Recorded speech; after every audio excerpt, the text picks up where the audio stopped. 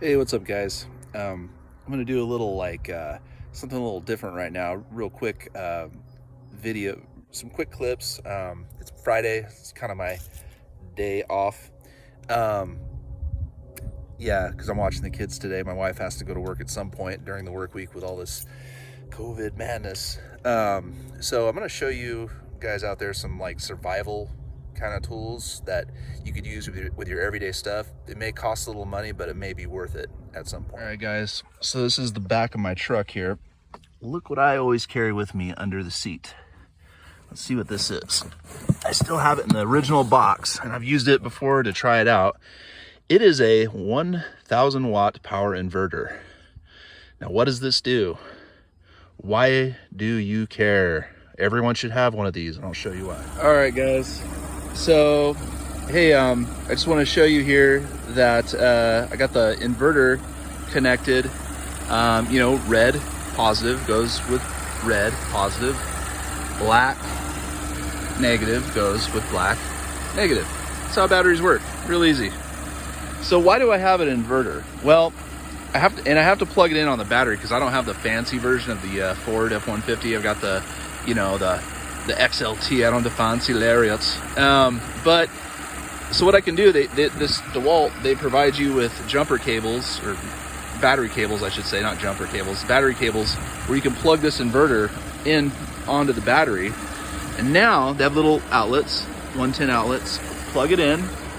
Okay, it's already on. And there's instructions on how to hook this up in case you just don't know what's going on. And you see this device right here? Yeah, this one. So my daughter has asthma, right? So let's say we're on a trip and I don't have a generator in my truck. I don't ever carry a generator in my truck. We'll get to generators later, but and I need to give her a breathing treatment. We're in the middle of nowhere. Well, this comes with a plug where you can plug in on the inside, but it doesn't run much from the inside. You know, Ford didn't, I guess they didn't want to put a big wire in there to actually run this much power to power something like this, because this actually has a little motor in there, and you could run a computer off of this cord, but and that's good. But if you want to run something big, you gotta use the inverter plugged right into the battery, and then have the inverter, and then plug your device that you want to run that's big into this. It's good for inflating stuff, so check it out. Runs like a boss. I don't know if you hear that. Oh yeah, it runs. And then she could, connect her breathing treatment, whatever it is, the mask, into this thing, and she'll be safe. All right, guys, what else do we have in my truck here? What kind of fun stuff? Oh, it looks like I left a speed square in there. What is in this bag right here? This Camelback. That's my hiking pack here. Let's see, what's in it? What's in it here? Dig around in here. Oh, a hat, in case it's, sunny. I won't use that hat all the time.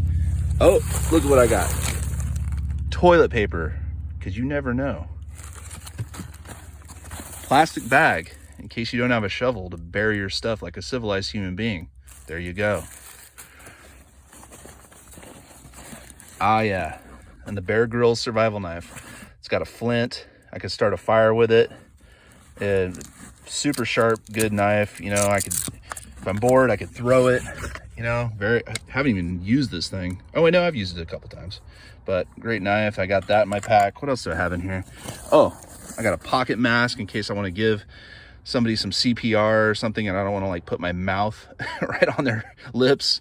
And then what else do I have? A bunch of other junk in here. I got a first aid kit, and I think I got a stopwatch deep in there, but you get the idea. And what else do I always carry? Oh yeah, I got the masks in there.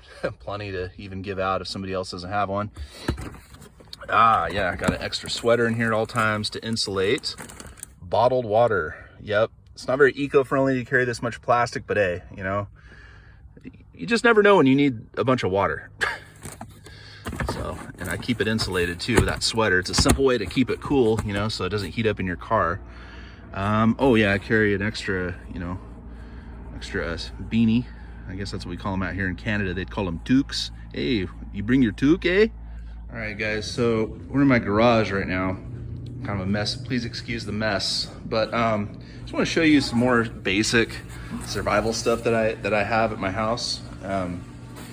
Not everyone, can afford to have a generator, but I'm not gloating, not bragging, but it's something that I spent the extra money on because I've got a family to take care of and I just have to have it.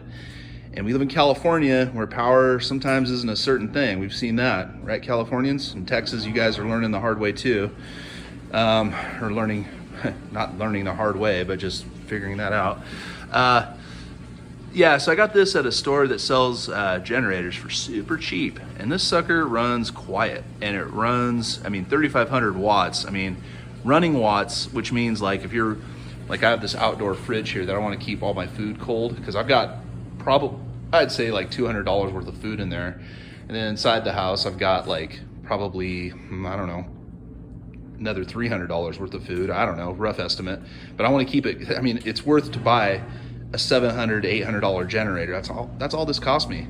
And I could run both refrigerators and I could run, my wife, she works at home Monday through Friday. So she could work from home. Her computers will stay running when everyone else, if you don't have a generator, you're going to be SOL, and you don't want to do that.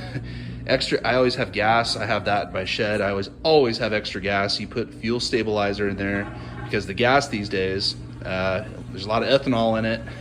In the grand wisdom of our bureaucracy, they put ethanol in the gas. So yeah, stabilize your fuel, people. I have an air compressor.